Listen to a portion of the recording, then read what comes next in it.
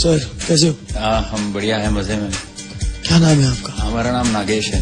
डर लगता है तो मेरा गुराजी रामजी से? हमने आज तक उन्हें देखा नहीं है, मतलब टीवी पर, बट सुना बहुत है उनके बारे में कि बहुत खतरनाक है, खूंखार है। देखते हैं पर्सनल एक्सपीरियंस कैसा होगा। बेस्ट ऑफ लक, मजे कर गया। हेलो, हाय। आपको आपको मैं नागेश कहूँ या सूरज कहूँ? सूरज। बैठिए। ऐसे दो नाम क्यों हैं तुम्हारे? सूरज नाम इसलिए क्योंकि हमारी माँ हमें इस नाम से पुकारती थी और ये नाम उनका दिया हुआ है। बस डॉक्यूमेंट्स पे हमारा नाम नागेश है तो उसी वजह से बाय डिफॉल्ट नागेश है, लेकिन सूरज नाम से ही हमें ज्यादातर लोग बुलाते हैं गांव की तरफ। पुणे से आप?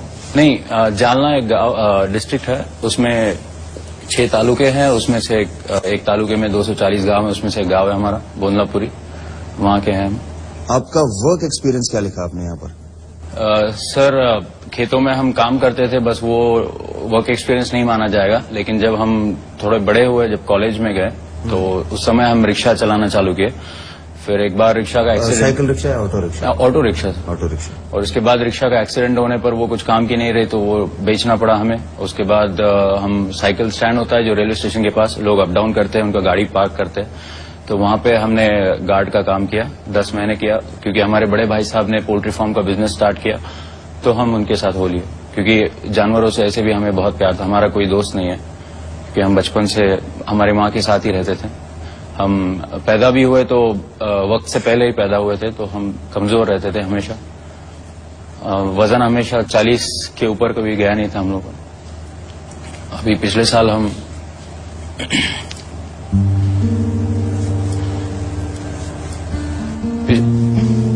पिछले साल हमारे माँ का देहांत हो गया किसी कारणवश।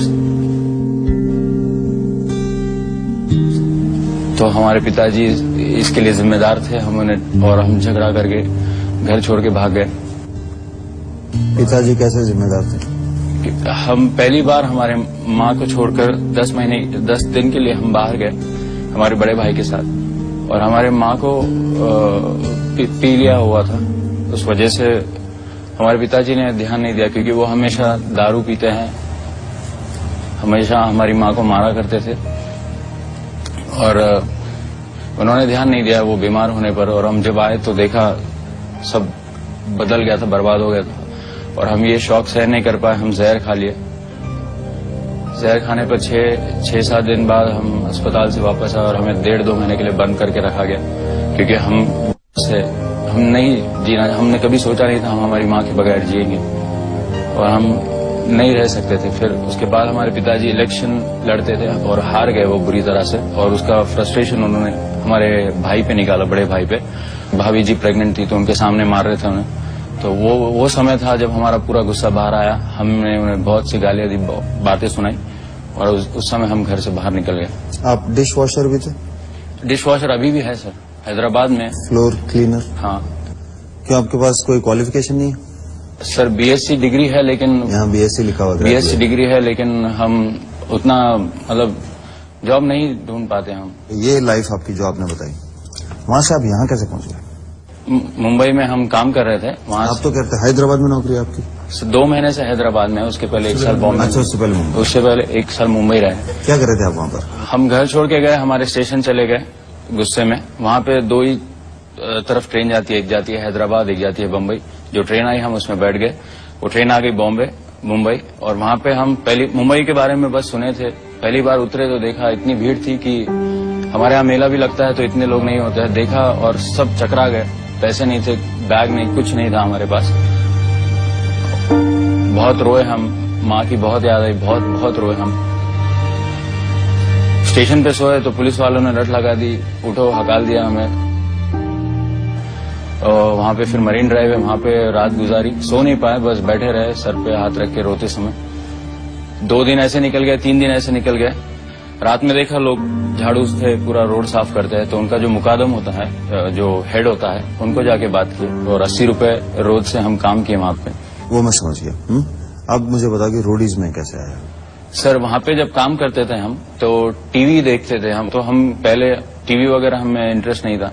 पहली बार हमने टीवी देखा और पहले एपिसोड से देख लिया। 7 दिसंबर को आया था ये शो पहला, देखे तो लिंक लग गई उसमें और इंटरेस्ट आने लगा। और सोचे यार इसमें हम जा सकते हैं, तो अगले साल हम जाएंगे, प्रिपेयर करेंगे। तो फिर जिम लगाया, वहां पे जिम वगैरह जाना स्टार्ट किया, रोज रेगुलर गए। आपके पास फोन है? ऑन करके दीजिए। ऑन है? कोई कोड वोड तो नहीं है ना? नहीं, उतना सब नहीं आता है हमें। तो परसों नया लिया है और वो भी टूट गया हमसे। 26 तारीख को आए हम यहाँ पे ऑडिशंस के लिए। हम सोचे एक दिन में खत्म हो जाएगा, चले जाएंगे वापस। तो 27 पोस्टपोन हो गया, 27 तो एक दिन स्टेशन पे सो गए। 27 को फोन आया शाम में कि 30 तारीख तक रुकना है, फिर स्टेशन पे ही सो गए पूरे 4 दिन। पैसे इतने है नहीं कि। ये फोन आपने सिर्फ इसलिए खरीदा कि अगर आपको रोडीज का कॉल है? हाँ, इसीलिए खरीदा है नया। वैसे आपको फोन की जरूरत नहीं पड़ती? नहीं पड़ती है, कौन कॉल करेगा हमें। कॉन्टैक्ट्स कितने? अभी तो लिया है सर 2 दिन पहले, हैदराबाद से निकलते समय लिया है वो। एक गिर उसके लिए हम पैसे जमा किए थे। गिर भी गया? हाँ, गिर अब भी वो स्टेशन पे हम सोए ना जेब में रख के, तो टूट गया। बेंच के ऊपर सोए थे। सूरज, आप जिस मकाम से गुजरे हो ना, बहुत लोग टूट जाते हैं, ज्यादातर लोग। आपने अपने आप को संभाला, बड़ा सही किया। और अभी जो आप दिख रहे हैं माशाल्लाह अच्छे लग रहे हैं। तुम्हें लड़कियां पसंद है?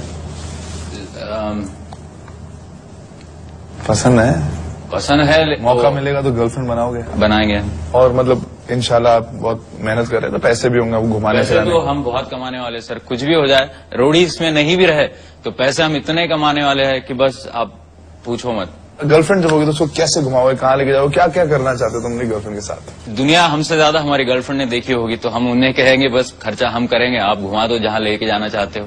पंगा ये कि अगर हमने तेरे को रोडीज में ले लिया, तेरे जिंदगी में तूने कभी जिंदगी ऐसी देखी नहीं होगी जो तू रोडीज में देखेगा। इस किस्म के लड़के लड़कियां, ऐसी बातें, ऐसी जगहें, जो कैमरा के सामने जिंदगी होती है ना, वो एक लत है। इसका जो नशा है ना, ये चाट जाता आदमी को।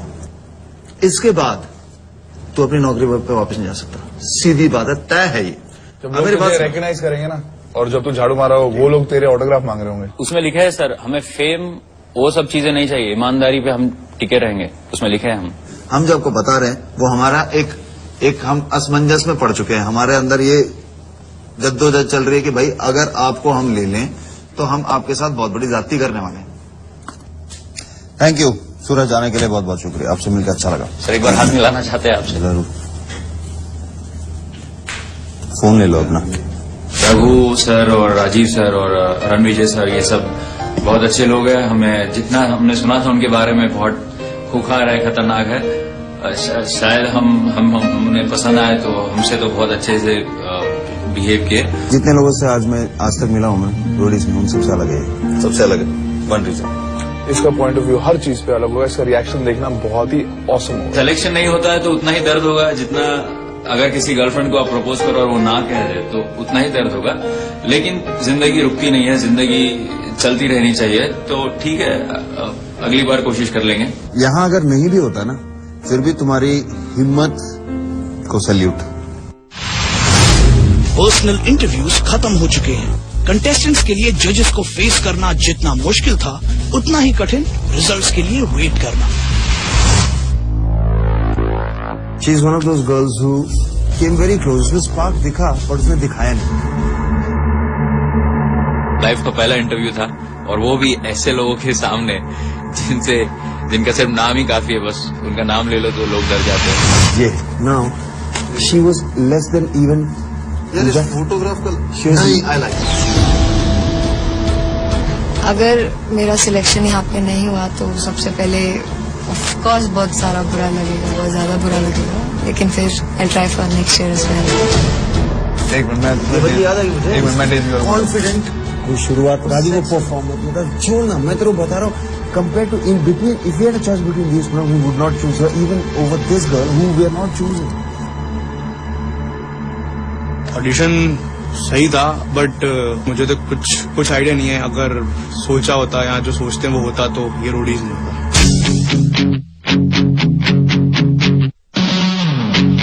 हाय गाइस, बहुत सालों बाद रोडीज पुणे आए and very happy to say कि जजेस were not disappointed from Pune. You guys did a great job. Suraj चिन्ह दो, आपको देखते ही जजेस के दिमाग में एक बात आई, यू आर अ रोडी मैन।